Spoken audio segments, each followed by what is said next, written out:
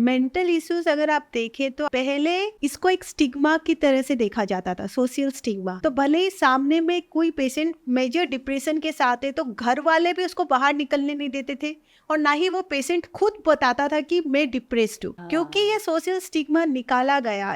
सब आकर बताए, अपने जो भी सेलिब्रिटी थे या जो भी मीडिया से लिंक थे वो सब निकल के बोले yes I am suffering from that. नमस्कार, स्वागत है आप सभी का मेरी सहेली हेल्थ पॉडकास्ट में। हर बार हम कोई एक नया डॉक्टर, कोई एक नई बात लेकर आते हैं, लेकिन आज जो हम लेकर आए हैं उसके बारे में कई बार हम सोचते ही नहीं। सर दुख रहा है, होता है। चक्कर आ रहे हैं, होता है। सुनाई देना बंद हो गया, होता है। ऐसे कई सारी बातें हैं जो हमारे दिमाग में सेट की हुई हैं, और कई बार हम हमारी उस बात को हमारी एनर्जी से, हमारी दूसरी बीमारियों से या हमारी उम्र से नाप लेते हैं, और यही सारी चीज़ें कहीं आगे जाकर बहुत बड़ी बन जाती हैं और ये हमें परेशान करने लगती हैं। हमारे बीच में आज है एक ऐसी डॉक्टर जो हमारी इन सभी प्रॉब्लम्स का सॉल्यूशन दे सकती है। तो इन सारी प्रॉब्लम्स का सॉल्यूशन निकालने के लिए हमारे बीच में है डॉक्टर शीतल गोयल, जो हमें बताएंगी कि हम हमारी इन सभी प्रॉब्लम्स से कैसे निकल सकते हैं, कैसे बच सकते हैं, क्या इन समस्याओं से निकला जा सकता है, चुटकी में ठीक हो जाती है या इनके लिए समय लगता है, या फिर सारी जिंदगी हमारे साथ चलने वाली है। बहुत सारी बातें ऐसी हैं जो मेरे मन में भी हैं, बहुत क्यूरियोसिटी जगा रही हैं और आपके मन में भी होंगी। तो चलिए चलते हैं मिलने के लिए, बातें करने के लिए, अपनी समस्याओं को सुलझाने के लिए उनके साथ, जो कि है वोकार्ड हॉस्पिटल की न्यूरोलॉजिस्ट डॉक्टर शीतल गोयल। मेरी सहेली पॉडकास्ट में डॉक्टर शीतल गोयल, आपका बहुत बहुत बहुत स्वागत है। डॉक्टर शीतल, आप सामने हैं, आपके नाम के आगे लिखा है न्यूरोलॉजिस्ट। सबसे बड़ी प्रॉब्लम यह है कि हमें ये नहीं पता कि ये न्यूरोलॉजिस्ट होता क्या है और न्यूरोलॉजिस्ट बन कैसे सकते हैं। शुरुआत ऐसे करते हैं कि न्यूरोलॉजिस्ट बनते कैसे। जी। तो मैं अपनी बताती हूँ पहले। तो मैंने MBBS करी है 4.5 ईयर की जी। फिर 1 साल की इंटर्नशिप, फिर मैंने ऑल इंडिया क्रैक करके MD इंटरनल मेडिसिन की जो 3 साल की थी। फिर मैंने DM न्यूरो के लिए कॉम्पिटिटिव एग्ज़ाम क्रैक किए। उसके बाद मैंने 3 साल की DM न्यूरोलॉजी करी। तो इस तरह से एक न्यूरोलॉजिस्ट बनता है। मेरे में और कुछ लोगों में ये, कुछ न्यूरोलॉजिस्ट में ये फ़र्क हो सकता है कि मैं MD इंटरनल मेडिसिन करके न्यूरोलॉजिस्ट बनी। कई लोग MD पीडियाट्रिक्स जो चाइल्ड स्पेशलिस्ट होते हैं वो लोग भी DM न्यूरोलॉजी कर सकते हैं, और उसके बाद फिर हमारे काफ़ी फेलोशिप रहते हैं। मतलब बहुत सारी मेहनत करके आप न्यूरोलॉजिस्ट बनते हैं। हाँ, ऑलमोस्ट कह सकते हैं। तो वही जो एक क्वेश्चन मैंने आपसे शुरुआत में किया था कि आखिर ये न्यूरोलॉजिस्ट होते क्या है। न्यूरोलॉजिस्ट एक सब डिवीज़न ऑफ मेडिसिन बोल सकते हो। जो आप जनरल फिजिशियन देखते हो, MD मेडिसिन देखते हो, जो हमने भी की होती है। तो नॉर्मली उसमें हम कवर करते हैं स्ट्रोक। हमारी फर्दर जो हमारी 3 साल की ट्रेनिंग रहती है उसमें हमें और रिफाइन तरीके से एक स्ट्रोक का मैनेजमेंट हो गया, आपके फिट्स के मैनेजमेंट हो गए। फिट्स मतलब सीजर, मिर्गी, कई लोग ऐसे शब्द यूज़ करते हैं। ब्रेन के कई प्रकार के इन्फेक्शन हो गए। फिर बाद में आपके हेडेक, अलग अलग प्रकार के हेडेक, उसमें माइग्रेन भी आता है एक। तो ये तो हो गया आपके ब्रेन के डिजीजेस। बाकी अगर आप पेरीफेरी में जाए तो हम पेरिफेरल न्यूरोपैथी देखते हैं, जैसे नर्व की शिकायत, जलना पाँव में, सुनपन पर जाना। फिर मसल डिसऑर्डर बोलते हैं जिसको इन्फ्लेमेटरी मायोपैथी के बहुत सारे होते हैं। न्यूरोमस्कुलर जंक्शन डिसऑर्डर बोलते हैं, माइस्थेनिया अगर आपने सुना हो तो। ऑटो इम्यून एनकेफेलाइटिस होता है जिसमें ब्रेन में अननेसेसरीली नॉट रिक्वायर्ड एंटीबॉडीज बन जाते हैं जो ब्रेन के फंक्शनिंग को डिरेंज कर देते हैं। नॉर्मली आप यंग लड़कियों में देखेंगे उस तरह की बीमारी।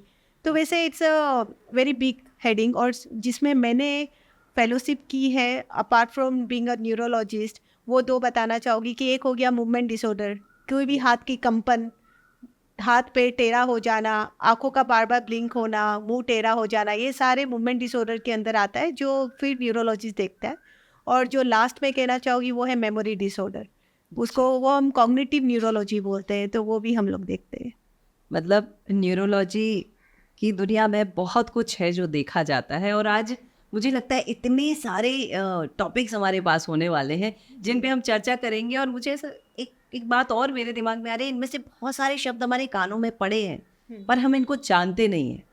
जी इस सब में आपने एक शब्द का उपयोग किया था, स्ट्रोक। जी। ये तो हार्ट में आता है ना? नहीं नहीं नहीं, देखिए मैं आपको बताती हूँ कि जब मेरे पास मेरे पेशेंट आते हैं ओपीडी में और मैं जानना चाहती हूँ कि उनकी पुरानी बीमारी क्या है, क्योंकि वो मुझे मदद करता है। जी। तो वो कई बार बोलते हैं मैडम मेरे पिताजी को स्ट्रोक भी आया। मैंने कहा अच्छा। अच्छा एमआरआई दिखाओ, एमआरआई दिखाओ। तो वो कहते हैं नहीं नहीं मैडम दिल का स्ट्रोक, हार्ट स्ट्रोक। अच्छा। तो मैं ये कहना चाहूँ कि प्रैक्टिकली जो ये वर्ड स्ट्रोक है ना, ये ब्रेन से रिलेटेड है। जो आपके दिल के होते हैं ना, वो दिल का दौरा, हार्ट अटैक बोलते हैं उसको। लेकिन मैंने देखा है कि कॉमनली पब्लिक यूज करते हैं दिल हार्ट का स्ट्रोक। अटैक होता है हाँ और ब्रेन का स्ट्रोक होता है। करेक्ट जी। चलिए, बहुत अच्छी बात हमें पता पड़ी है। हम अभी तक जी, हार्ट का भी स्ट्रोक ही कह रहे नहीं, थे और भोजन ब्रेन का भी बोलते। स्ट्रोक ही कह रहे थे। मैडम, आज के ज़माने में एक बहुत नई समस्या जो है वो भारत में आ गई है, हाँ। वो है मेंटल इश्यूज। या बहुत लोगों को ये प्रॉब्लम हो रही है। हाँ तो कुछ जानना चाहते हैं कि इस चीज़ से हम निकले कैसे, या या लोगों को पता कैसे पड़ने दें। सबसे बड़ी समस्या ये है कि हम लोगों को पता ही नहीं है कि हमें कोई प्रॉब्लम है भी। या तो हम थोड़ा सा इसके बारे में आपसे जानना चाहते देखिए मेंटल इश्यूज अगर आप देखें तो आप दो नजरिया से देख सकते हैं। ये जो आपने शब्द कही कि भारत में अभी इनकी इंक्रीजिंग ट्रेंड में है अभी, हैं। जी जी। तो एक दो तरह से बोल सकते हैं। पहले इसको एक स्टिग्मा की तरह से देखा जाता था, सोशल स्टिग्मा। तो भले ही सामने में कोई पेशेंट मेजर डिप्रेशन के साथ है तो घर वाले भी उसको बाहर निकलने नहीं देते थे, और ना ही वो पेशेंट खुद बताता था कि मैं डिप्रेस्ड हूँ। क्योंकि ये सोशल स्टिग्मा निकाला गया। सब आकर बताए, अपने जो भी सेलिब्रिटी थे या जो भी मीडिया से लिंक थे वो सब निकल के बोले yes I am suffering from that. और उसने जनरल पब्लिक को काफ़ी हौसला दिया कि नहीं अगर मुझे है तो मैं बोलूँगा इसको। तो उस सेंस में फिर वो हमारे पास आने लगे, साइकोलॉजिकल काउंसलिंग के लिए जाने लगे, तो हमारी जो पैरामीटर है वो भर गई। तो आप एक पहलू वो देख सकते हैं। दूसरा पहलू ये भी देख सकते हैं कि क्योंकि पहले हमारे भारत में जॉइंट फैमिली रहा करता था, तो अगर किसी एक को शिकायत होती थी तो पूरा फैमिली वहाँ खड़ा हो जाता था। पर अब ऐसी नहीं होती। अब अगर उसका एक फैमिली मेंबर के साथ वो रह रहा है, या हस्बैंड है तो वाइफ के साथ रह रहा है, उसके बच्चे बाहर अब्रॉड पढ़ रहे हैं, अगर उसको तकलीफ है तो उसको बोलने के लिए, उसको जाहिर करने के लिए कोई रहता नहीं है। तो उस तरह से भी अगर आप देखें तो मेंटल इश्यूज काफ़ी बढ़ने लग गए।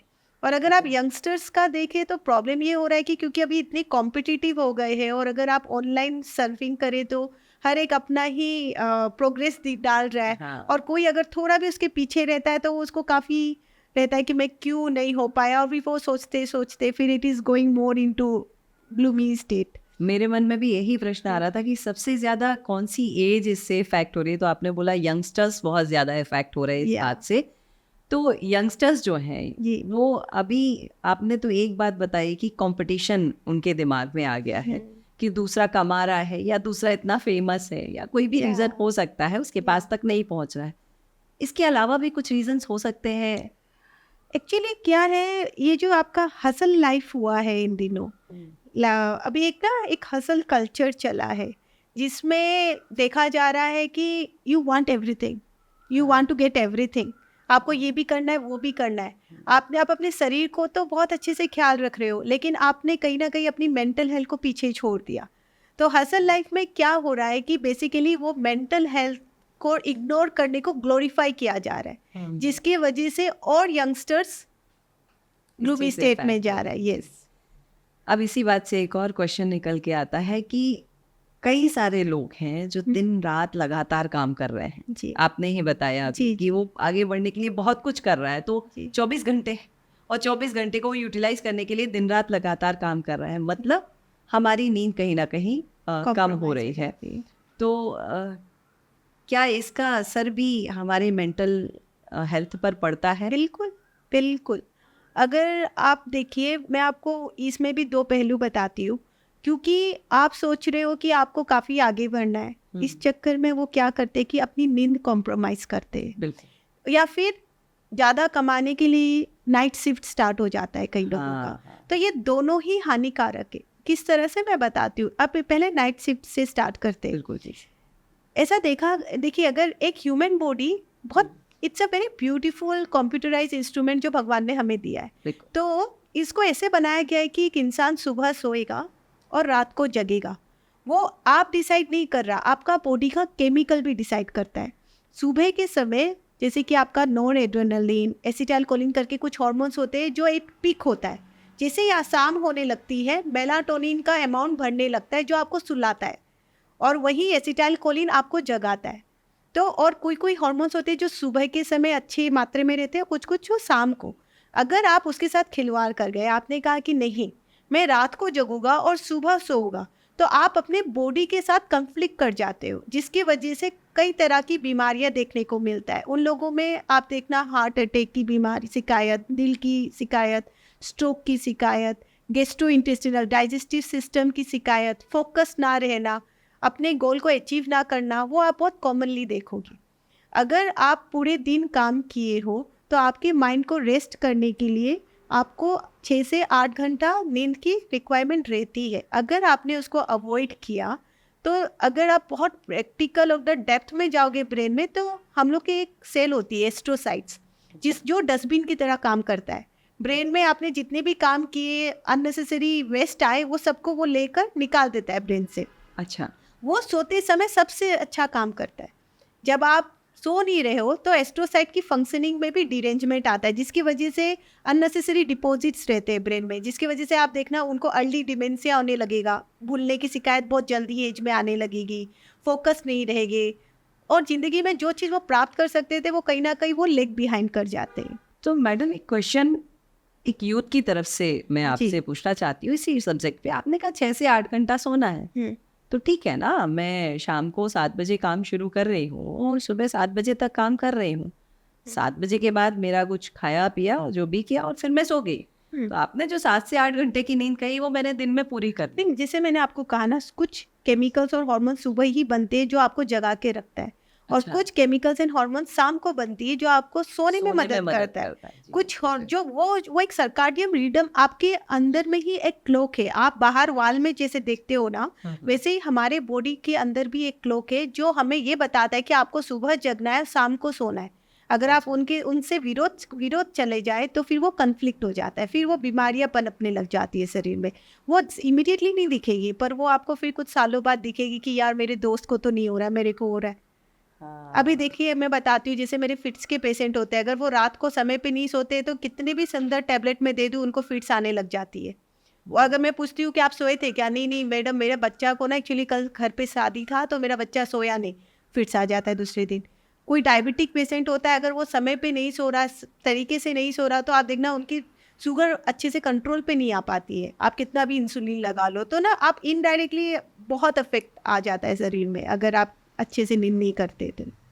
इससे जुड़ा एक प्रश्न और मेरे दिमाग में आ रहा है कि आजकल बहुत सारे वीडियोस सोशल मीडिया पे चल रहे हैं और कई तो कुछ जाने पहचाने लोगों के बीच में भी हुआ है, शादी के टाइम पे जी स्टेज पे या डीजे पे डांस करते करते जी आदमी गिरा जी और गया। जी क्या ये भी कहीं ना कहीं हमारे किसी इस डिसऑर्डर से मैच करता है कि शादी में बहुत थक गया है, सोया नहीं है? मोस्टली ये जो सडन डेथ होते हैं ना, ये जो एज ए मेडिकल पर्सनल अगर मुझसे आप पूछो तो मैंने 2 जगह ही देखा है। जी। एक तो हार्ट अटैक और दूसरा स्ट्रोक। अगर मैसिव स्ट्रोक है तो हम खो देते हैं पेशेंट को। ये दोनों ही आप कहीं ना कहीं अगर देखोगे तो लाइफस्टाइल से बहुत रिलेट करता है। आपकी लाइफस्टाइल कैसी रही है। ऑब्वियसली मैं पूरा लाइफस्टाइल को श्रेय नहीं दूंगी इस मैटर में, कई बार जेनेटिक भी प्ले करता है। आप देखोगे कि उनकी फैमिली में ऐसा है, तो ऐसा नहीं है कि क्योंकि उसकी फैमिली में सडन डेथ की हिस्ट्री है तो उसको भी सडन डेथ होगा। बट प्रॉब्लम क्या होता है, वो डिमांड करता है लाइफस्टाइल मॉडिफिकेशन, जो फिर होती नहीं है। तो वो लोग अगर जेनेटिकली प्रॉब्लम है तो आप अपनी लाइफस्टाइल को और स्ट्रॉन्ग बना लीजिए और अच्छा कर लीजिए, तो आपको वो प्रॉब्लम से आप निजात पा लेंगे। हाँ, काफ़ी मदद हो जाएगा। और लाइफस्टाइल छोड़, देखिए इट्स एन कॉम्प्लेक्स थिंग। आप ये बोलोगे कि ठीक है मैं लाइफस्टाइल ठीक कर लेती हूँ, ऐसा नहीं है। फिर इन्वायरमेंट भी प्ले करता है रोल, आपका इमोशनल स्टेट प्ले करता है रोल। फिर उधर योगा का इंपॉर्टेंस आ जाता है कि आप अपने मेंटल हेल्थ के ऊपर क्या कर रहे हो। एक तो फिजिकल हेल्थ को तो आप ख्याल रख रहे हो, फिर आपने मेंटल को नहीं रखा तो फिर उधर ही चीज़ें प्रॉब्लम शुरू हो जाती। आपने अभी स्ट्रोक की बात की थी, तो कई बार देखने में और पढ़ने में आया कि एक व्यक्ति बेहोश हो गया पार्टी में, उसको कुछ हाथ पैर किसी राइट हैंड लेफ्ट हैंड किसी में कुछ प्रॉब्लम हुआ, वो गिरा बेहोश हो गया और उसको स्ट्रोक आया है। जी जी। क्या स्ट्रोक बस इतना ही होता है? नहीं, ये भी एक गलत धारणा है जो सोसाइटी में चल रही है। मेरे पास पेशेंट आते हैं और मैं जब उनको बोलती हूँ आपको स्ट्रोक आया, तो वो बोलते हैं कि मैडम लकवा तो मारा ही नहीं, एक हाथ तो कमज़ोर हुआ ही नहीं, आप कैसे स्ट्रोक बोल रहे हो। अच्छा। मैं एमआरआई में वो क्लीनली दिखता है। देखिए, मैं आपको एक चीज़ बताना चाहूँगी, भले ही एक साइड का paralysis is very common okay. Stroke में, हाँ। बट स्ट्रोक सिर्फ वहाँ तक सीमित है ऐसा नहीं होता। जैसे मेरे कई पेशेंट होते हैं जो सडनली अंधे होके आते हैं, दिखाई नहीं देता, अच्छा। और अनफॉर्चुनेटली अनअवेयरनेस की वजह से वो 6 से 7 दिन एक ऑप्थेल्मोलॉजिस्ट की चक्कर काट रहा होता है। ऑप्थेल्मोलॉजिस्ट सारे जो आँख के डॉक्टर होते हैं ऑप्थेल्मोलॉजिस्ट, जी। और फिर बाद में जब वो पूरा सब कुछ कर लेते हैं और ऑप्थेल्मोलॉजिस्ट बोलते हैं आँखों में तो कुछ नहीं है, आप न्यूरोलॉजिस्ट को जाके दिखाइए। वो फिर हमारे पास आते हैं, हम एमआरआई करते हैं तो हमें पता चलता है पीछे की तरफ स्ट्रोक आया है। क्या होता है कि ब्रेन का हर एक हिस्सा एक फंक्शन लेता है। अच्छा। जैसे कि अगर आपके फ्रंट में स्ट्रोक आया, ब्रेन फ्रंटल लोब बोलते हैं उसको, अच्छा। तो उसमें अगर आया तो पेशेंट का अचानक से पर्सनैलिटी जाएगा। अगर पीछे की तरफ आया तो उनको दिखाई देना अचानक से बंद हो जाएगा। किसी को अगर मिड ब्रेन स्ट्रोक बोलते हैं उसको, अगर उस तरह स्ट्रोक आया तो पेशेंट को अचानक से दो दो दिखने लग जाएगा। अच्छा। तो आपके कौन से एरिया में स्ट्रोक आया है उसमें आपका सिम्टम्स डिसाइड होता है। मेरे कई एक पेशेंट है जिसको कोई कमजोरी नहीं, वो चल के आया मेरे पास, और मेरे पास ओपीडी में बोलता है मैडम मुझे ना एक साइड ना कम पता चल रहा है, मतलब छूने पे लग रहा है कि नहीं मैं छू ही नहीं रहा हूँ, मुझे फील ही नहीं हो थोड़ा रहा। सुनने जैसा feel उसको हो भी थैलेमिक स्ट्रोक में वो देखा जाता है। अच्छा। तो stroke is like a huge chapter. जैसे मेरे एक पेशेंट आए थे, सडनली अनकॉन्शियस होके आए और फिर बाद में वो गेन कर गया, एंड उसके स्पीच में ही बस स्लरिंग था, तो उसमें भी फिर हमें पोस्टीरियर सर्कुलेशन स्ट्रोक मिला। तो अच्छा। स्ट्रोक का बहुत सारे मैनिफेस्टेशन है। तो इन जनरल अगर मुझे पब्लिक को कोई मैसेज देना हो आप प्लीज। तो आई विल जस्ट से कि अगर कोई भी चीज़ आपके परिवार में सडनली किसी को हुआ है, सडनली, अचानक से कुछ हुआ है। हाँ, हाँ। अचानक से बोलना बंद हो गया, हाँ। उसको ब्रोकासेफेजिया बोलते हैं, वो भी एक तरह का स्ट्रोक होता है। अचानक से बोल नहीं पा रहे, अचानक से दिख नहीं रहा, अचानक से चल नहीं रहा, अचानक से सही से बात नहीं कर रहा, हाँ। तो उसको स्ट्रोक ही समझिए। इमीडिएटली हॉस्पिटल इमरजेंसी में लेके जाइए और एक न्यूरोलॉजिस्ट से मिलिए। जब तक वो आपको ग्रीन चिट नहीं देता कि नहीं ये स्ट्रोक नहीं है, तब तक आप उसको स्ट्रोक ही कंसिडर कीजिए। उसका कारण भी ये है कि अगर आप स्ट्रोक में 3.5 से 4 घंटे के भीतर आते हैं तो हमारे पास कुछ इंजेक्शंस होते हैं जिसके थ्रू हम पेशेंट के स्ट्रोक को रिवर्स कर सकते हैं, मतलब ठीक किया जा सकता है। ठीक किया जा सकता है। जैसे मेरे कई पेशेंट ऐसे आए थे जिसके हाथ हिल ही नहीं रहे थे, और जैसे ही हमने इंजेक्शन दिया 1 घंटे के भीतर उनके हाथ उठने लग गए, पाँव उठने लग गए। हाँ। तो वो रिवर्सिबिलिटी तभी हो सकता है जब आप 4.5 घंटे के भीतर मेरे पास आते हैं। तो इसलिए मैं ये कहती हूँ कि आप डिसाइड मत कीजिए, रुकिए मत, आप आइए, लेट अस डिसाइड, लेट अ न्यूरोलॉजिस्ट डिसाइड कि वो क्या है। अगर नहीं है स्ट्रोक तो फिर नहीं है, लेकिन अगर है तो आपने 4.5 घंटे के भीतर लाए तो हम शायद बचा पाएंगे उनको, ताकि वो बिस्तर में जिंदगी भर ना रहे। आपका मतलब ये है कि अगर आपको अचानक से कुछ भी हो रहा है, शरीर में कुछ भी नया चेंज दिख रहा है, तो आप हॉस्पिटल तो जाइए, पर एक न्यूरोलॉजिस्ट के पास जाकर पहले उसे दिखा लीजिए, क्योंकि दूसरा डॉक्टर उसको धीरे धीरे ठीक कर ही लेगा, पर न्यूरोलॉजिस्ट के पास बहुत कम टाइम है उसे जल्दी से ठीक करने के मेरे लिए। पास नहीं, ब्रेन के पास कम टाइम है। Exactly. ऐसा है कि मेरे पास तो टाइम ही टाइम है। प्रॉब्लम ये है कि अगर Brain आप के पास दूसरे कम डॉक्टर time। के पास जाएंगे फिर वो मुझे रेफर करते हैं, और जब तक ये माहौल बनता है तब तक 4.5 घंटा चला जाता है। और फिर मैं जब आके पेशेंट को बोलती हूँ आप थोड़ा लेट कर गए, फिर वो सुनने में ना उनको अच्छा बहुत लगता है ना बोलने में मुझे अच्छा लगता है।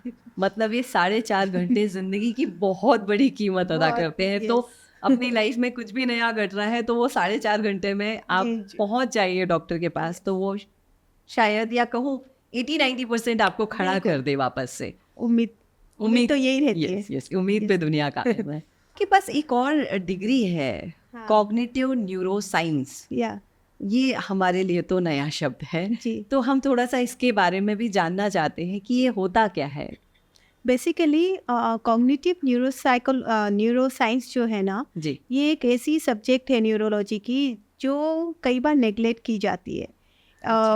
पूरे भारत में इसका फेलोशिप सिर्फ एक ही जगह है अभी, बेंगलोर में, जहाँ से मैंने किया है 1 साल का। जी। तो बेसिकली इट इज़ लाइक अगर आप बोलोगे, अगर मैं जनरल पब्लिक को समझाने जाऊँ तो मैं बोलूँगी कि मेमोरी डिस्टर्बेंस। हाँ। लेकिन अगर आपको सही मायने में उसका समझना है तो कॉग्निटिव न्यूरोसाइंस एक बहुत बड़ा अम्ब्रेला है जिसके भीतर हम काफ़ी चीज़ों को चेक करते हैं जैसे कि अभी मेरे पास फैमिली मेंबर्स आते हैं कि मैडम मेरी मम्मी तो रोज़ खाना बनाती थी, बट अब वो क्या करती है, प्याज डालने के पहले ही तेल डालना पड़ता है, उसके बाद प्याज डालना होता है।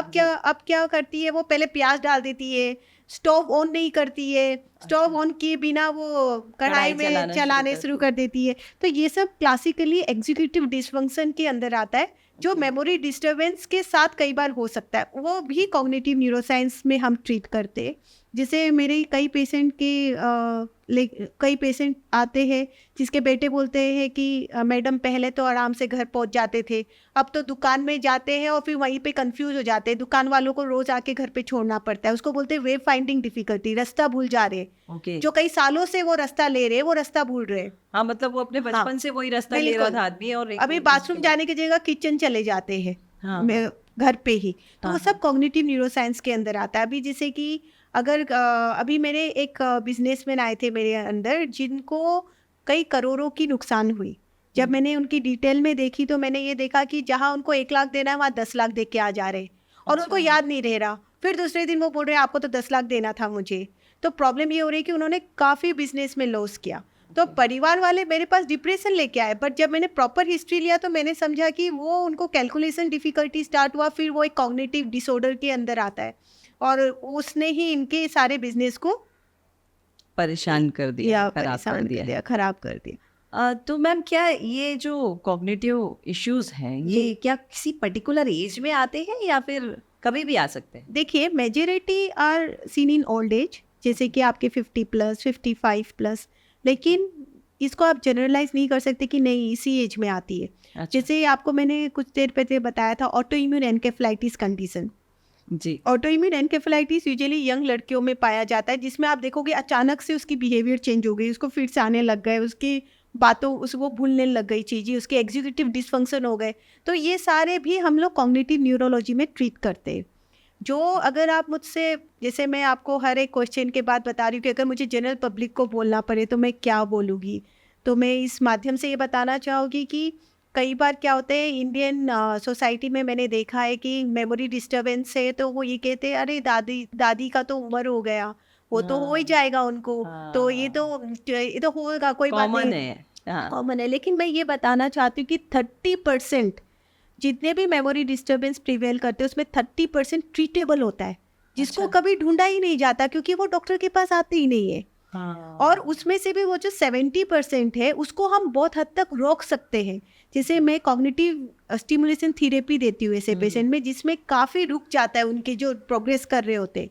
तो मैं ये कहना चाहूँगी कि ऐसा नहीं है, आपको ये स्टिग्मा चेंज करना होगा कि नहीं ये तो बस एज रिलेटेड है। एज रिलेटेड नहीं होता। एज रिलेटेड हो सकता है आप तो 1-2 नाम भूल जाओ, लेकिन कोई रास्ता भूल रहा है, कोई चीजें भूल जा रहे हैं, कोई पैसा गलत दे के आ रहा है, उसको आप नॉर्मल नहीं समझ सकते। और आपको एक न्यूरोलॉजिस्ट के पास आना चाहिए, स्पेशली कॉग्निटिव एक्सपर्ट के पास। इसमें से एक क्वेश्चन और निकल के ही आता है कि जैसे कि हम लोग हैं, मैं खुद का ही एग्जाम्पल ले लूँ कि अगर मुझे ऐसा कुछ हो रहा है ना जी, तो शायद समाज के डर से या लोगों के डर से या कई सारे बातें मन में ऐसी आ जाती है कि मैं खुद भी डॉक्टर के पास, या कभी कभी मैं इग्नोर कर दूंगी कि यार शायद 2-4 दिन से नींद पूरी नहीं हो रही इसलिए मैं भूल गई हूँ। पर आप सही बोल रहे हो, अगर आपकी नींद पूरी नहीं हुई तो आपका कॉग्निशन इम्पेयर होगा कुछ टाइम के लिए, लेकिन अगर वो परसिस्ट कर गया तो आपको आना चाहिए। देखिए, मैं ये बताया गया इंटरव्यू के पहले कि ये सारे यूथ लोग सुन रहे हैं, सारे यंगस्टर सुनेंगे मेरे टॉक को, तो मैं बताना चाहूँगी कि जैसे आपने मेरा मन खराब है मुझे मदद चाहिए को आपने स्टिग्मा से निकाला है सोसाइटी से, उसी तरह से अगर आपको मेमोरी डिस्टर्बेंस है तो मैं लोग क्या कहेंगे आप उसके बारे में ना सोचें, आप आए हमारे पास, पहुंच जाए डॉक्टर के पास ताकि आप बहुत इनिशियल स्टेज में हम ट्रीट कर दे। वही ब्रेन को 4.5 घंटे चाहिए स्ट्रोक में। अभी एक और बात सुनने में कई सारे मतलब ऐसा क्या कहूँ मैं उनके लिए जो बड़े इन्फ्लुएंसर हैं या हम सब जिनको बहुत मानते हैं, सेलिब्रिटीज हैं, उन लोगों में भी ये बातें सुनने में आई है, या मैं सीधे सीधे कहूँ तो जिन्हें मैं बहुत एडमायर करती हूँ, जिनकी एक्टिंग से हमारी जनरेशन तो बहुत प्रभावित है, और नाम है अमिताभ बच्चन। तो उनके बारे में भी कुछ सुनने में आया था कि उन्हें भी कुछ ऐसी प्रॉब्लम हुई थी। तो like he is suffering from myasthenia gravis. तो देखिए, माइस्थेनिया एक बीमारी है, ना वो नर्व की बीमारी है ना वो मसल की बीमारी है, नर्व और मसल को जोड़ने वाली जो जंक्शन होती है उसमें वो बीमारी पनपती है। तो कुछ एंटीबॉडीज होते हैं जो उस जंक्शन में में रुकावट लाती है, जिसकी वजह से थोड़ा सा भी उन्होंने मेहनत कर लिया, उनको लगेगा कि उनके हाथ गिव अवे कर गया, उनके हाथ उठ ही नहीं रहे, थक जाता है उनका हाथ, उनके पैर थक जाएंगे। आप देखना कई पेशेंट ऐसे आएंगे, वो बोलेंगे मैडम सुबह उठता हूँ ना एकदम आंखें दोनों सेम रहती है, जैसी इवनिंग होने लगता है मुझे ऐसा लगता है मेरी पलकें झुकने लग गई, फिर मैं थोड़ा सो जाता हूँ, उठता हूँ तो देखते मेरे पलके फिर ऊपर चली गई। तो क्या उसकी थकान, उसकी एक्स्ट्रा थकान रहती है शरीर में, उसको माइस्थेनिया बोलते। जैसे कि अभी नहीं ऐसे काफ़ी देखिए neurological disease is very common, भाई कई बार क्या होता है कि लोगों में अवेयरनेस नहीं रहता। जैसे कि अभी हमारी काफ़ी फेमस एक्ट्रेस है, very dynamic actress Samantha Prabhu ji. So she is also suffering from inflammatory myopathy, जो एक मसल डिजीज है। अच्छा, उसमें क्या होता है?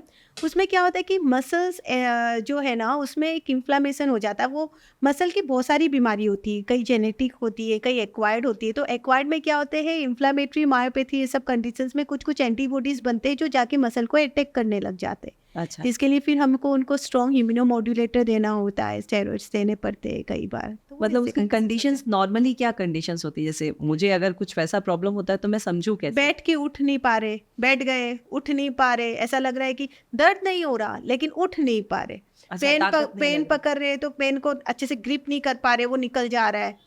या फिर आप हाथ उठा नहीं पा रहे हो, अगर आपको कंघी करनी है तो बोल रही है कि पहले तो आराम से कंघी कर लेते थे, अब कंघी उठा रहे हो तो कंघी की नहीं जा रही है, ऐसा लग रहा है कि पूरा थकान आ गया फिर नीचे। अच्छा, तो वैसे तो ये सारी प्रॉब्लम्स इन्फ्लेमेटरी या इन्फ्लेमेटरी मायोपैथी हो, annum junction disorder like myasthenia हो, इन लोगों में मोस्टली प्रॉक्सिमल बैठ के उठने में, यहाँ से उठाने में ज़्यादा दिक्कत देखी जाती है। अच्छा, बॉलीवुड की बात चल रही तो एक फिल्म मेरे दिमाग में आ रही है जो हमने हमारी मतलब जो नेक्स्ट जनरेशन है उसने भी वो फिल्म बहुत पसंद करी है। वो फिल्म का नाम है तारे ज़मीन पर। जी। उसमें एक छोटा सा लड़का बहुत परेशान है। हाँ। और उसकी परेशानी क्या है डॉक्टर? हाँ, वो एक लैंग्वेज डिसऑर्डर है जिसको डिसलेक्सिया बोलते हैं जी। तो उसमें क्या होता है कि it's a developmental disorder. Okay. जिसमें ना जैसे कि आपकी जो ग्रिपिंग कैपेसिटी है, आपकी लर्निंग कैपेसिटी काफ़ी स्लो हो जाती है। जी। It is just developmental disorder. तो ऐसे लोगों में, ऐसे बच्चों में आपको काफ़ी धैर्य रखना पड़ता है। They are not abnormal, they are just having a slow learning. जैसे कि आपको, अगर आप बच्चों की बात कर ही रहे हो, और एज ए न्यूरोलॉजी जो मैं मोस्टली देखती हूँ, और फिर मैं जनरल पब्लिक को कन्वे करना चाहूँगी कि एक सीजर होता है जिसको बोलते हैं एब्सेंस सीजर, मिर्गी की बीमारी। आप समझोगे कि मिर्गी की बीमारी बस ऐसे ऐसे हाथ काँप काँप कर गिर जाए, क्योंकि टीवी ने वैसे ही दिखाया है हर मूवीज में। हाँ, एक्चुअली हमारे अंडर कोटेशन है कि ऐसा ही होना है, ऐसा ही होना और चाहिए। दांत बंद जाना है, मुट्ठी अगर बंद ऐसा जानी नहीं है। हुआ है तो ये फिट्स थोड़ी ना होता है, ऐसा होता है। लेकिन अच्छा। क्या होता है कि अगर आप न्यूरोलॉजी में देखें तो एक होती है जिसमें जो यंग बच्चों में ही पाया जाता है। बच्चा पढ़ रहा है और अचानक से वो ऐसे ना घूरने लग जाएगा, और उस समय आप उसको बुलाओगे ना उसके नाम से, वो जवाब नहीं देगा, और 2 सेकंड के बाद वो वापस आ जाएगा और उसको बोलेंगे तुम वहाँ क्या देख रहे थे, तो वो कोई जवाब नहीं देगा। तो टीचर्स क्या करते हैं, घर वालों को कंप्लेंट कर देते हैं आपका बच्चा स्कूल में ध्यान नहीं देता। फिर वो घर पे भी आता है, घर पे भी उसको एपिसोड्स आ रहे होते हैं, जो माँ बाप बोलते हैं अरे मेरा बेटा तो बिगड़ गया आजकल, तो ध्यान ही नहीं दे रहा। वो एक्चुअली सुन नहीं रहा है, माँ सुन चिल्लाती नहीं है रहा आजकल है। मेरी हाँ, सुनता मैं नहीं बुला है। रहा हूँ उसको, वो जवाब नहीं दे रहा मेरे को। वो एक तरह का फिट्स होता है जिसको बोलते हैं एब्सेंस एपिलेप्सी, जिसमें ना बच्चे को उस समय मॉरल सपोर्ट की बहुत ज़रूरत होती है। तो मैं कई बार क्या करती हूँ, जब बच्चे लेके आते हैं तो मैं कई बार अपने उनके माँ बाप के साथ बैठती हूँ, मैं उनको बोलती हूँ कि आप समझो उनकी गलती नहीं है। अभी जैसे कई बार क्या होते हैं, बच्चे थोड़े डेवलपमेंटली डिले होते हैं, वो लोग इंटेलेक्चुअली इतने अपडेटेड नहीं होते, तो माँ बाप आके मेरे से शिकायत करते हैं कि इसकी तो शादी भी होगी, इसकी तो ये भी होगी, अब भी से ऐसी है तो कैसे तो उनको साथ कई बार मुझे बैठना पड़ता है, मुझे बोलना होता है न्यूरोलॉजी में आपकी बच्ची ऐसी है और आपको इनका साथ देना पड़ेगा, आप नहीं दोगे तो कौन देगा। तो क्या होता है कि न्यूरोलॉजिकल बीमारी आपके बचपन से लेकर सीनियर तक, मतलब हर एक कैटेगरी में आपको न्यूरोलॉजिकल डिसऑर्डर मिल सकता है। ओके, आपने वर्ड यूज किया था डिसलेक्सिया, राइट? अब इससे क्वेश्चन 2-3 बन रहे हैं। जैसे कि पहली बात तो ये है, डिसलेक्सिया क्या आपका ही डिपार्टमेंट है?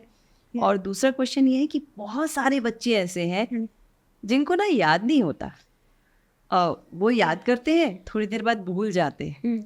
और वही एक दूसरी परिवार में, उसी फैमिली में दूसरा बच्चा है जिसको टीचर ने जो बोला है उसमें ही सब याद हो गया, और दूसरा बच्चा है जो दिन भर बुक पढ़ रहा है, उसको तब भी याद नहीं हो रहा है। तो क्या ये भी न्यूरोलॉजिकली प्रॉब्लम है? नहीं, एक्चुअली क्या होता है अगर आप देखेंगे ना तो ये देखिए मैं आपको बताती हूँ, जैसे आपके पहले सवाल का जवाब देती हूँ, जी। जैसे आपने डिसलेक्सिया पूछा। जी। Dyslexia basically it's a developmental neurological disorder, okay. But इसमें मेरा रोल बहुत ज़्यादा नहीं है कि because we don't have tablet जो डिसलेक्सिया ठीक कर दी। It is just a developmental disorder, जिसमें हम क्या करते हैं, हम उनको ऑक्यूपेशनल थेरेपी देते हैं, हम उनको साइकोलॉजिकल काउंसलिंग देते हैं, हम उनके टीचर थोड़े उनके स्पेशल होते हैं। तो उस तरह से एक मल्टी मोडिलिटी मैनेजमेंट होता है ऐसे केसेस में। जहाँ तक आपके दूसरे सवाल का जवाब है कि कोई तो बच्चा फटाक से ग्रिप कर Yes. लेता है, कोई स्लो रहता है, Yes. But that is all part. मतलब देर आर वेराइटी, सब एक जैसे नहीं होते, सब आइंस्टाइन नहीं होते, सब डॉक्टर नहीं बनते, तो सब एक्ट्रेस भी नहीं बनते। Yes. तो क्या होता है कि हर एक की अपनी कैपेसिटी होती है। तो इसलिए पहले था कि नहीं सारे बच्चे या तो मेरे बच्चे डॉक्टर बनेंगे या इंजीनियर, पर अब ऐसा नहीं है। सब अगर हाथी कोई पैर पे आर्टिस्ट चढ़ेंगे। है, हाँ कोई आर्टिस्ट है, तो वो माँ बाप ने अगर पकड़ लिया तो वो उनको आर्टिस्टिक लाइन में लेके चले जाते हैं, तो वो उनके माँ बाप का यहाँ रोल आता है।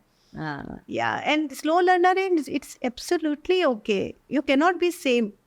It's not a doctor matter.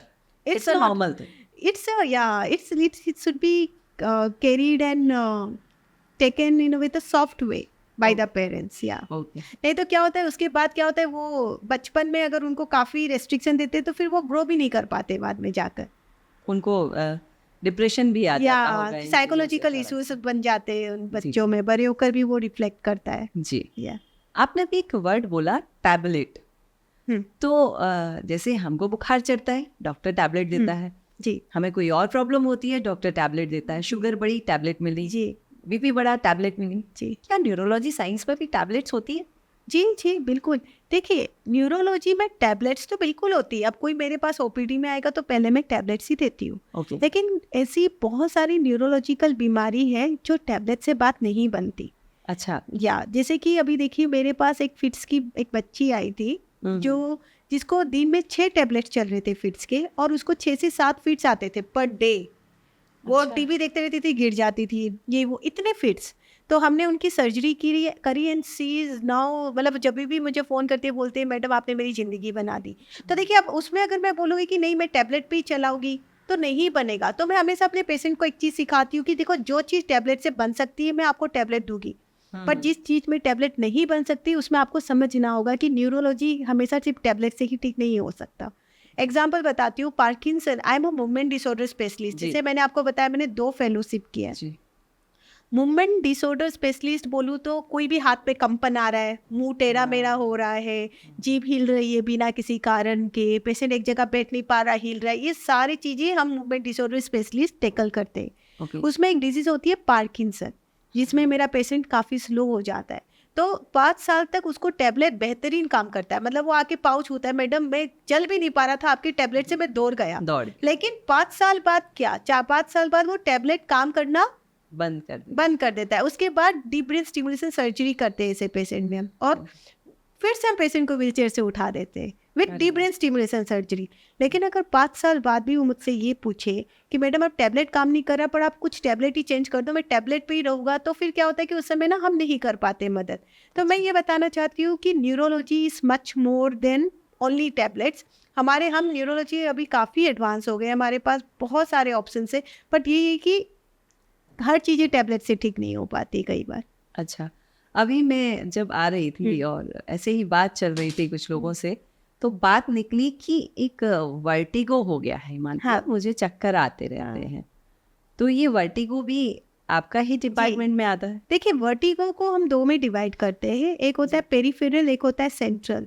अच्छा। मेरे कई, जैसे मैंने आपको कहा स्ट्रोक के बहुत मैनिफेस्टेशन होते हैं, वैसे ही वर्टिगो इज Vertigo ऑल्सो के one of the manifestation of stroke, अगर वो एक्यूट है। ओके। जैसे मेरे पास इतने सारे एग्जाम्पल्स है, मैं इतने पेशेंट देखती हूँ कि मैं बता सकती हूँ। जैसे एक दुबई का एक पेशेंट आया था, सडनली उसको सुनाई कम दे रहा है एंड उसको बहुत गंदा चक्कर आया, मतलब वो 4 दिन मेरे अपने बिस्तर से नहीं उठा, वो एडमिट था मेरे अंदर। तो पहले तो ENT के गए, ENT ने कहा स्टेरॉइड लगाता हूँ, मुझे बुलाया गया, मैंने कहा सर देखियो अगर चक्कर आ रहा है लेकिन चेहरे पे सुनपन क्यों पड़ रहा है, क्योंकि कान का और चेहरे से क्या लेना देना है। फिर MRI किया तो हमने देखा वहाँ पे एक स्ट्रोक पड़ा हुआ था, उसको आइका स्ट्रोक बोलते हैं हम। तो उसमें काफ़ी चक्कर आए। तो चक्कर बहुत सारे, और जैसे मेरे एक पेशेंट है उनको आता था जब खून की नली में काफ़ी ब्लॉकेज था उनकी, 90% ब्लॉकेज था। वैसे में भी सिनकोप, प्री सिनकोप, ऐसा लगता है मैं गिर जाऊंगा, वो भी रहता है। एक होता है पेरिफेरल वर्टिगो, जिसमें कान के 3 हिस्से होते हैं, एक बाहर का जो आप देख रहे होते हैं, एक अंदर से जो सुनाई देता है मिडिल वाला, और एक भीतर का होता है जो बैलेंस मेंटेन करता है। कई बार वहाँ भी ब्लॉकेज आते हैं तो पेशेंट को चक्कर आता है। एक्चुअली बीइंग, क्योंकि जैसे आपको बताया न्यूरोलॉजिस्ट मेडिसिन करने के बाद बनते हैं, तो हम दोनों को ही टेकल कर जाते हैं। ऐसा एक और चीज़ बताती हूँ, मेरे पास पेशेंट आता है, मैं बोलती हूँ आपको क्या तकलीफ है? मैडम मेरे को वर्टिगो है।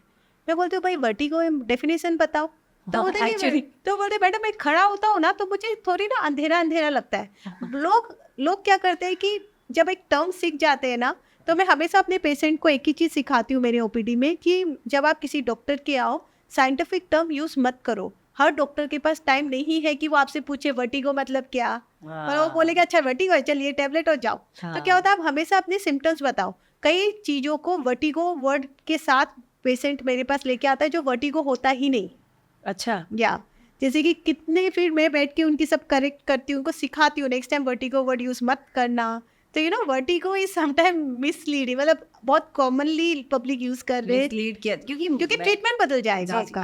हर किसी के मुंह से सुन लेते हैं चक्कर आया है, चेक करा लो कहीं वर्टिगो तो नहीं। हाँ। ये बहुत कॉमन है और पब्लिक को बहुत अच्छे से याद हो गया। तो वो जाके ये नहीं बोलते मेरे को चक्कर, वो बोलते मेरे को वर्टिगो हो गया।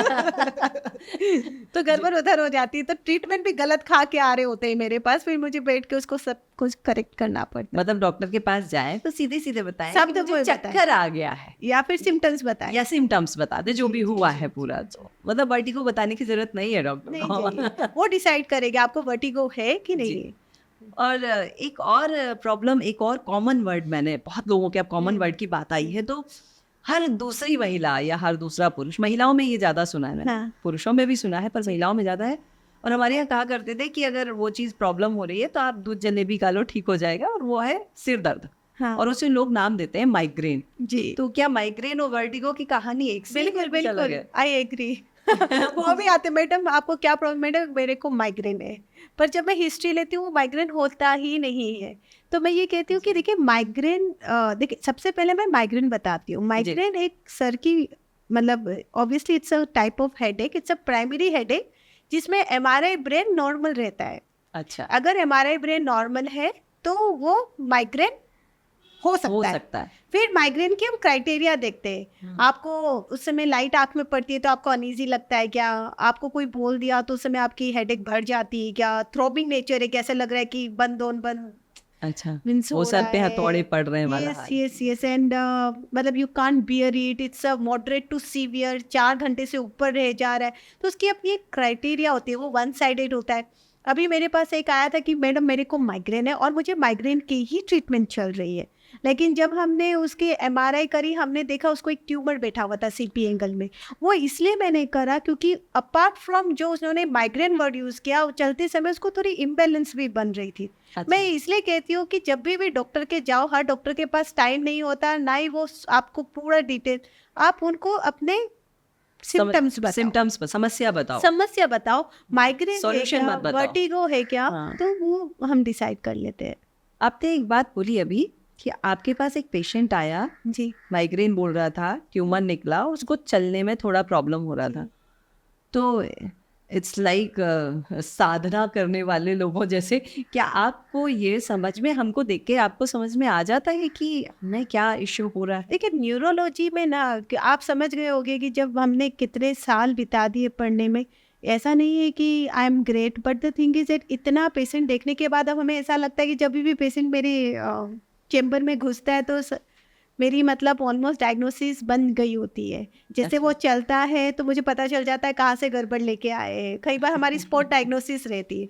वो स्पॉट डायग्नोसिस एक्चुअली ऐसे स्टार्ट हुआ कि जब हम रेसिडेंट थे ना, तो हम कैजुअलिटी में बैठे रहते थे, तो हम दोस्तों के साथ कॉम्पिटिशन करते थे, कोई आया तो ये केस क्या होगा, ये केस क्या होगा, तो शायद उस चीज़ से हमने डेवलप कर लिया कि हम ऐसे स्पॉट डायग्नोसिस करने सीख गए। क्या बात है, मतलब डॉक्टर्स को समझ में आ जाता है, and it is very good कि आप फिर उस वे में आप आराम से चल पाते हैं। जी, एक आपने नींद की बात कही थी शुरुआत में, अब मैं नींद पे ही आती हूँ वापस से। मैं सो रही हूँ, लेकिन मेरे बगल वाला जो है ना, वो मुझे सोने ही नहीं दे रहा है, क्योंकि वो सारी रात खर्राटे ले रहा है। तो क्या ये खर्राटे, स्नोरिंग जिसे बोलते हैं, क्या ये खर्राटे भी कुछ ऐसा न्यूरोलॉजिकल डिसऑर्डर है या कुछ और प्रॉब्लम है? देखिए, कई बार ना आप जाते हो, बड़े बड़े एमआरआई करोगे, बड़े बड़े ब्लड टेस्ट करोगे, और प्रॉब्लम बहुत छोटी होती है। उसमें से एक होता है स्नोरिंग। जैसे अच्छा। ना अभी आप देखना कि किसी का गला ना वो होगा पतला, लेकिन उसका गला का साइज छोटा होता है। It's a small neck, it's a broad based neck. तो उनमें क्या होता है कि जो सांस लेने की नली होती है ना, उसमें जो मसल्स होते हैं, आप अभी सांस ले रहे हो, अभी आपको स्नोरिंग नहीं हो रहा, नहीं, आप सांस अंदर ले रहे हो, सांस बाहर बाहर ले निकल रहे हो। बिल्कुल। जब आप सो रहे होते हो ना, वो मसल थोड़े रिलैक्स हो जाते हैं, और जब ऑलरेडी बहुत फेट जमा है यहाँ पर, या आपके गले ऑलरेडी कॉम्प्रोमाइज्ड है, या आप थोड़े हेल्दी हो, तो उसमें क्या होता है कि सांस लेने की नली में काफ़ी कॉम्प्रोमाइज्ड आ जाता है। तो वो आप सोचो कि एक बड़ी नली से पानी जा रहा है, तो आपको इतनी आवाज़ नहीं आएगी, नहीं लेकिन वही आपकी नली छोटी हो गई तो आपका एक करके पानी आवाज की आवाज़ आती है। बिल्कुल आती है। ठीक उसी तरह से जब आप एक छोटी सी नली से सांस भीतर और बाहर कर रहे हो ना, तो वो स्नोरिंग की तरह आपको दिखता है। Okay. तो वो कहीं ना कहीं ये बताता है कि आपका सोते समय वो काफ़ी कॉम्प्रोमाइज़ हो रहा है, और उसमें क्या होता है कि कंटिन्यूअसली पूरे सोते समय आपकी ऑक्सीजन की कमी बनी रहती है बॉडी में। उसको बोलते हैं ऑक्सीजन डीसेचुरेशन, जो हम लोग पॉलीसोमनोग्राफी में देखते हैं कर। तो उससे क्या होता है कि फिर नेक्स्ट डे मॉर्निंग पेशेंट बोलेगा मुझे सर पे दर्द रह रहा है, तो उसकी बीवी बोलेगी आप तो आराम से 6 घंटा सोए। वो बोलेगी मैं सोया तो हूँ, पर मुझे सुबह उठ के वो फ्रेशनेस फील नहीं हो रहा। हाँ, पूरे दिन उनको लगेगा कि मेरे को नींद आ रहा है। फिर अगर उनकी बीपी का पेशेंट है वो, तो वो देखेगा कि उसकी बीपी कंट्रोल ही नहीं हो रही है, मैं डॉक्टर टैबलेट पे टैबलेट लगा रहा है, डायबिटीज़ कंट्रोल नहीं हो रही है, या यहाँ स्ट्रोक आ गया, या दिल का दौरा पड़ गया, या मेमोरी में गड़बड़ाहट आ रही है। तो आप देखना कई बार क्या होता है, सिर्फ हम लोग जब पॉलीसोमनोग्राफी करके ऑब्स्ट्रक्टिव स्लीप एपनिया देख लेते हैं, उसको स्लीप एपनिया बोलते हैं, एपिसोड्स आ रहे, और हमने उसमें सीपीएप लगा देते, सारे प्रॉब्लम सॉल्व हो जाते हैं। तो इसलिए क्या होता है कि जब भी ऐसा नहीं है कि सारे स्नोरिंग करने वाले पेशेंट में स्लीप एपनिया होगा, पर कई बार जब हमारे बाकी सिम्टम के साथ वो मैच कर रहा है, जैसे कि बीपी कंट्रोल नहीं, हम पूछते स्नोरिंग हो रहा है क्या, आपको बोलते हैं हाँ, तो हम वो स्लीप स्टडी करा लेते हैं। उसमें अगर आ जाता है पॉजिटिव, तो हम उसको फिर सीपीएप में लगा देते हैं। अच्छा, मतलब ये स्नोरिंग करना बड़ा इशू नहीं है। अगर आप बराबर न्यूरोलॉजिस्ट के पास जाते हैं तो वो ठीक हो सकता है। जी जी जी, बिल्कुल। नॉर्मल थिंग, ठीक किया जा स्नोरिंग सकता है। Itself is not a disease. Snoring का जो कारण है वो तकलीफ देता है शरीर को। कई लोग हैं जिनको रात भर सोते हैं, सुबह फिर भी फ्रेश नहीं लगता, फुल बॉडी चेकअप कराया है, सारी जांचें करा ली हैं, सब नॉर्मल है, स्लीप स्टडी भी करा ली है। वो नहीं कराए। हाँ, वही मैं बोल रही हूँ। वो करा लेना चाहिए actually. It should be a part and parcel, but it's a costly affair. Okay. Sleep study 2 level में आती है, level 1, level 2। Level 1 is a little costly affair, जो हॉस्पिटल में होएगा, so they charge. Level 2 is also equally good. घर पे आता है, मशीन लगता है, सुबह वो खोल के जाता है, और हमें सारे उसके रिकॉर्डिंग्स दे देते हैं। अच्छा, तो वो अगर आपको बहुत ज़्यादा इशू हो रहा है तो आप टेस्ट करा लीजिए, ज़्यादा अच्छा नहीं, रहेगा। ऐसा मैं नहीं कहूँगी कि विदाउट अननेसेसरीली आप you spend money on that. You can consult once a neurologist about it. एक और क्वेश्चन आता है, एक वर्ड आता है डिमेंशिया। जी ये नाम सुना है हमने, जी फिल्मों ने सुनाया है, जी। होता क्या है मैडम? डिमेंशिया मैं आपको बताती हूँ। जैसे आपने गजनी मूवी देखी होगी। हाँ, गजनी मूवी में क्या होता है कि आमिर खान नए नॉलेज को गैदर नहीं कर पाता।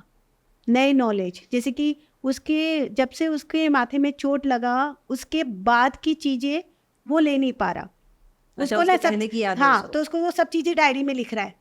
जैसे कि कल उसको ने आज एक गुंडे को देखा, तो उसने वो लिखा, तो फोटो खींच ली, उसको लिख बोलते लिया हैं जी। एंट्रोगेट एमनेसिया।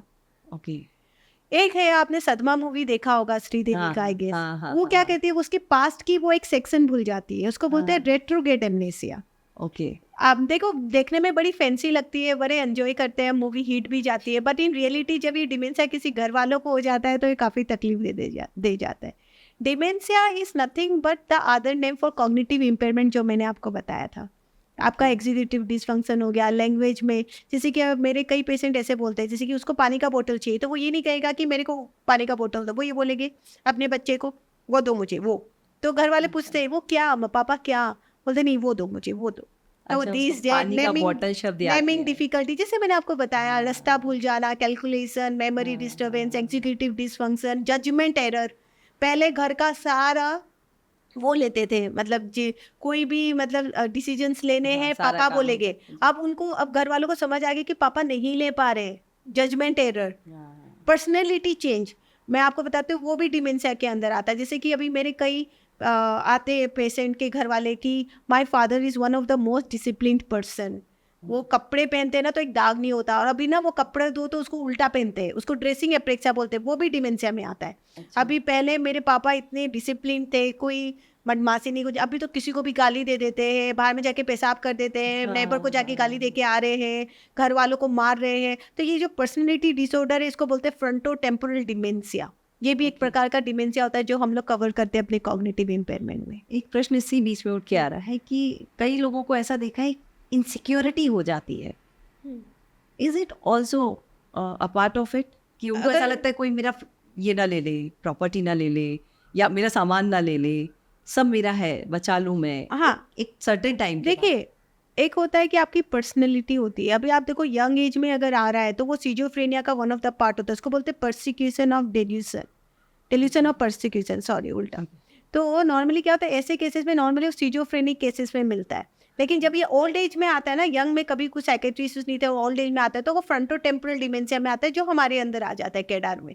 लेकिन जब यंग में आ रहा है ना वो चीज़, तो नॉर्मली हम उसको साइकेट्रिस्ट के भेजते हैं, they become as a part of schizophrenia and other psychiatry disorder. लेकिन अगर ओल्ड एज में आ रहा है तो तो फिर उसको- फ्रंटो टेम्पोरल डिमेंशिया वो नॉर्मली हम मैनेज करते हैं। उसको आप ही मैनेज कर यस पाए। यस, नॉर्मली एक्चुअली मैं अपने आप को इसलिए बोल रही हूँ क्योंकि मैंने 1 साल का फेलो किया हुआ है इस सब्जेक्ट में, तो इसलिए I am more train to look it. After frontotemporal dementia etcetera. Okay doctor Sheetal, एक वर्ड सुना है बोटॉक्स, या ये क्या होता है? आपने कहाँ पे सुना बोटॉक्स?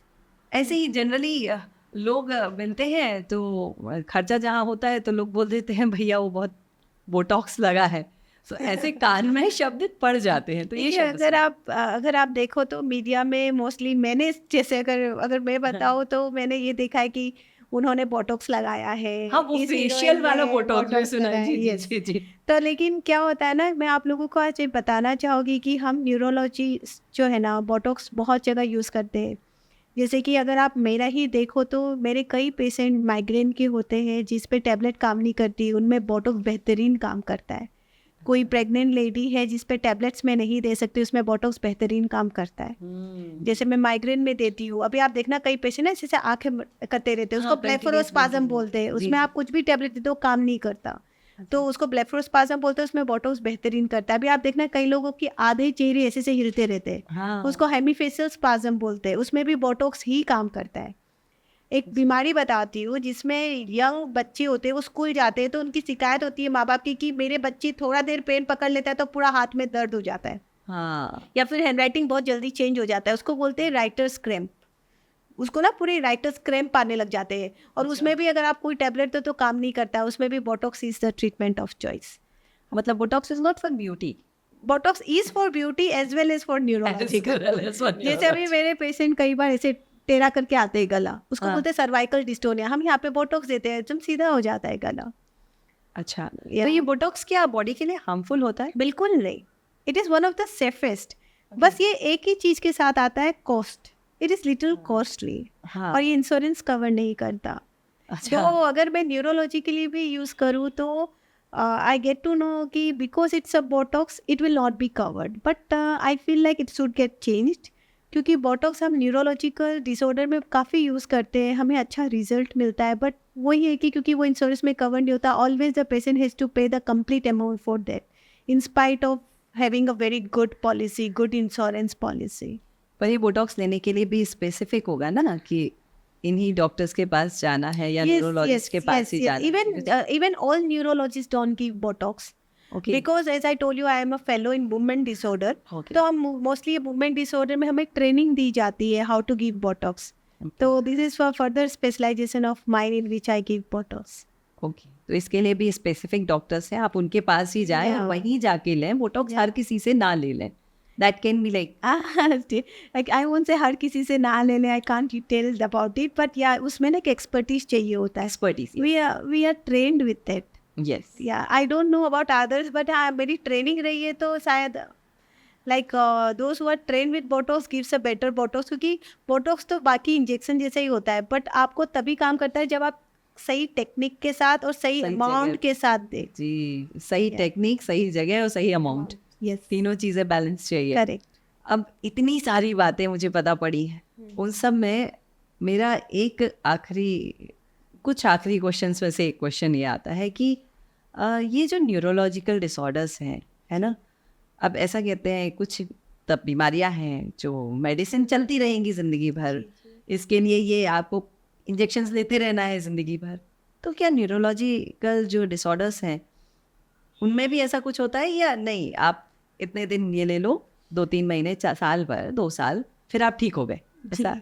देखिए ये बहुत अच्छा सवाल है, क्योंकि जब मैंने एमडी इंटरनल मेडिसिन किया था और मैंने अपनी रुचि दिखाई थी कि मुझे न्यूरोलॉजी करना है, तो उस समय मेरे दोस्तों ने भी बोला था सीधे neurology is a depressive subject, उसमें तो पेशेंट ठीक होते ही नहीं हैं। बट जब अभी आने वाले अभी 10 साल down the lane I have understood कि अब न्यूरोलॉजी में वो बात नहीं रही। अब हम ये नहीं कहते कि वो ट्रीटेबल नहीं है, क्योंकि अब हमने बहुत सारों का ट्रीटमेंट निकाल दिया है, हमें कई सक्सेसफुल ट्रीटमेंट्स मिल गए। पहले हर्टपीस होता था, एनकेफेलाइटिस, ब्रेन की इन्फेक्शन, तो हमारे पास इतना अच्छे ट्रीटमेंट नहीं रहते थे। अब ऑटो इम्यून एनकेफेलाइटिस का पेशेंट एकदम गंदे रूप में जाता है और कुछ दिन बाद स्कूल की ड्रेस में आता है कि मैडम अब तो मेरी बच्ची स्कूल भी जाने लग गई। स्ट्रो, जैसे मैंने आपको सीजर के केसेस बताए, तो व्हाट आई वांट, और हर सीजर जिंदगी भर रहता है ऐसा नहीं है। तो व्हाट आई वांट टू से कि अब न्यूरोलॉजी के जो पैराडाइम शिफ्ट है, ऐसा नहीं है कि न्यूरोलॉजिकल डिसऑर्डर है मतलब आप जिंदगी में फिर कुछ नहीं कर सकते, नहीं। आप बहुत treating, it's a very treatable, आपको डिपेंड करता है। ऐसा नहीं बोल रही कि सारे न्यूरोलॉजिकल कंडीशंस हम ट्रीट कर पाते, बट बहुत सारे ऐसे जिसको पहले बोला जाता था कि हम ट्रीटमेंट नहीं कर पाएगी, का अब ट्रीटमेंट है। तो काफ़ी हद तक हम काफ़ी सक्सेसफुल रहे, हमने कई न्यूरोलॉजिकल कंडीशंस को काफ़ी अच्छे से ट्रीट किया है, और कई बार वो रिकर नहीं किया तो ज़िंदगी भर आप समझ लो कि ऑलमोस्ट क्योर जैसे हो जाते हैं। जी। अब एक बात आपके बारे में पढ़ रही थी, तो वो पढ़ने में आया कि आप राजयोग मेडिटेशन करते हैं। जी। तो आप करती हैं? हाँ, डॉक्टर होने के बाद करती हैं? मैं 20 साल से कर रही हूँ। जी, वो आपके चेहरे पे दिख रहा है। It's a very fine glow actually on your face. तो ये जो राजयोग मेडिटेशन है, एक ही न्यूरोलॉजिस्ट कर रही हैं जी, इसलिए हम इसके बारे में जानना चाहते हैं। हाँ। और ये भी जानना चाहते हैं कि इसे हम कैसे कर सकते हैं और हमारे लिए क्या फ़ायदे होंगे। देखिए पहले मैं बस थोड़ा सा बताना चाहूँगी कि मैंने मेडिटेशन स्टार्ट किया जब मैं क्लास 11 में थी, 10+1। मैं हार्टफुलनेस इंस्टीट्यूट से जुड़ी हूँ। पहले मैं एक राजयोगा मेडिटेटर हूँ भी, और from 2017 I am also a trainer. तो मेरे घर पे एवरी वेडनेसडे सत्संग होती है। It's all because of the spiritual grace. और अगर आप मेरी मेडिकल करियर समझो तो इतने अप्स एंड डाउन्स होते हैं हमारे मेडिकल करियर में। हम कई, आपने जो हसल लाइफ बोला, आपने जो ये सारे चीज़ें हम मेडिकल स्टूडेंट जी लेते हैं, इसलिए अगर आप देखोगे तो मेडिकल स्टूडेंट बहुत, मेडिकल डॉक्टर्स कम जीते हैं कंपेयर टू, कई स्टडीज़ में ऐसा देखा गया कि डॉक्टर जल्दी मर जाते हैं कंपेयर टू सोसाइटी के बाकी लोग।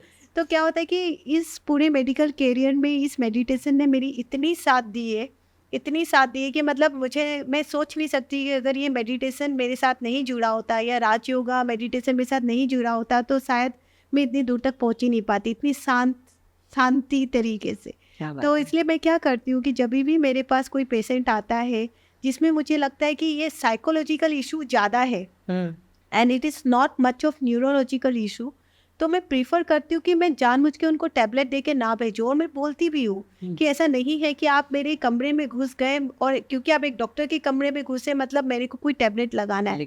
अगर मुझे ये नहीं लग रहा तो मैं उनको एक अच्छा सा समझाती हूँ कि you should be into meditation, आपको योगा करना चाहिए ना, send them off because it has really help me, मतलब every stage of my life it has help. जहाँ तक न्यूरोलॉजिकल डिसऑर्डर की बात है, जैसे माइग्रेन में देखा गया है कि जो मेडिटेशन करते हैं उनके माइग्रेन के एपिसोड्स काफ़ी कम हो जाते हैं। फिट्स, अभी जैसे पार्किंसन के केस होते हैं जिसमें पेशेंट काफ़ी स्लो हो जाता है, हाथ हिलते रहता है, उसमें भी देखा गया कि अगर आप मेडिटेशन करते हो ना तो आपकी जो सीवियरिटी है ना वो काफ़ी कम हो जाती है।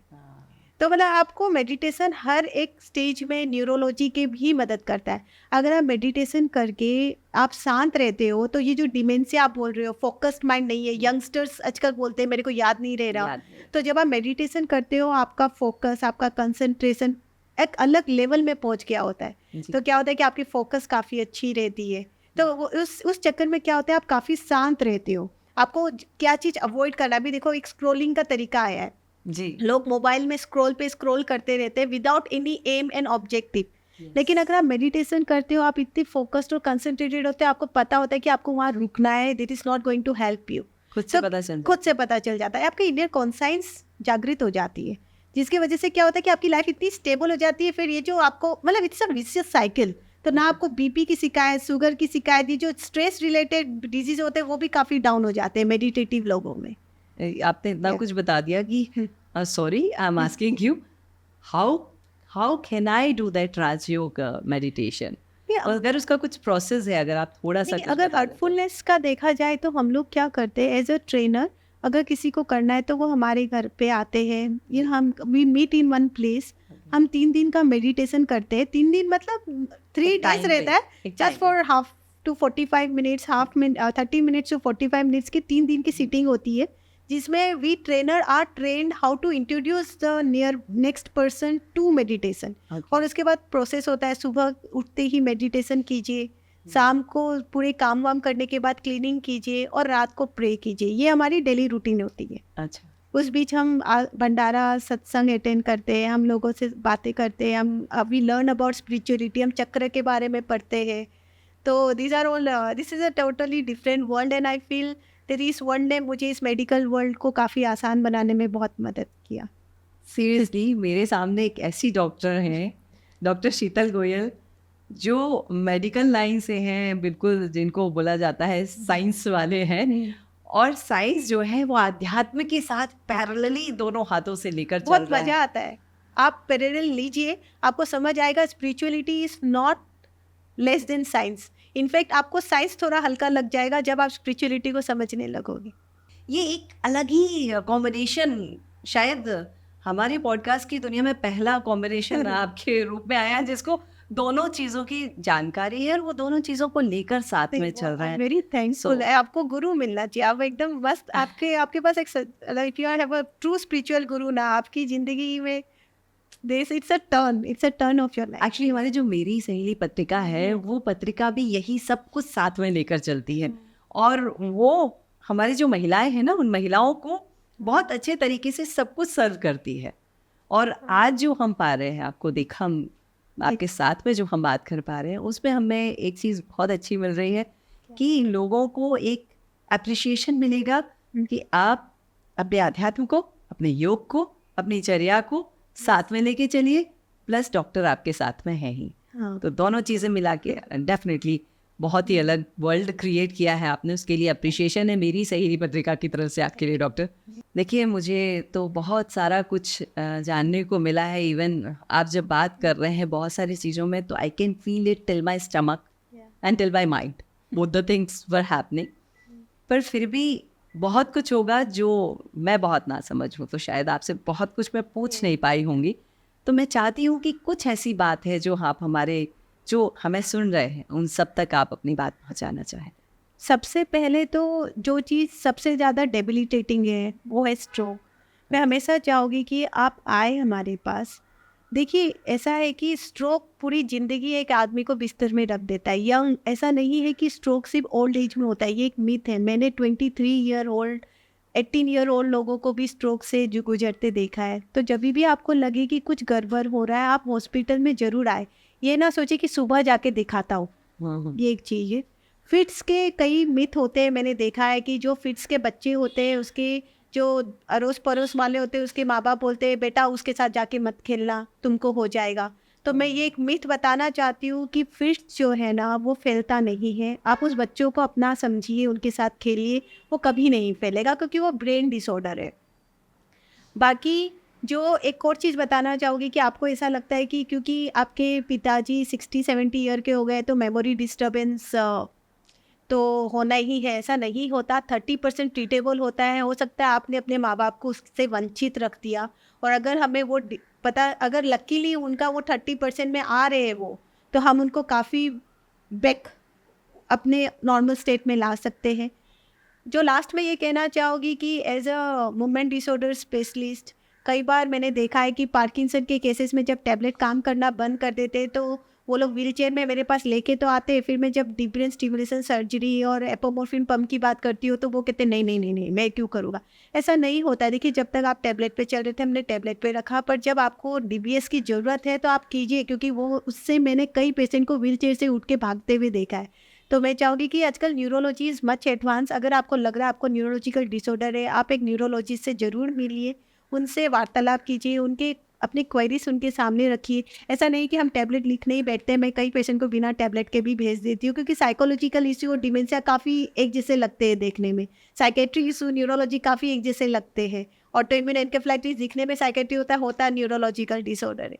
तो neurology is very interesting for me, but it is very treatable to say in general public. Thank you doctor Sheetal Goyal, आपसे आज बहुत बहुत सारी और बहुत अच्छी जानकारी मिली। Yes. और एक्चुअली मैं ये कहूँगी कि अभी तक जो भी डॉक्टर्स आते थे उनसे हम ये बात कहते थे कि जो हमारे गांव के लोग हैं या जो ज़्यादा जानते नहीं उन लोगों को ये बातें नहीं पता है, पर आज मैं आपसे कहना चाहती हूँ कि हमें कुछ नहीं पता था इसके बारे में।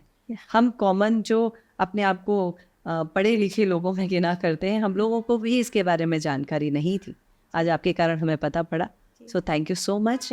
मेरी सहेली पत्रिका तक आने के लिए आपका बहुत धन्यवाद और आपके मंगल की हम सब कामना करते हैं। Thank you so much. Thank you so much doctor Sheetal.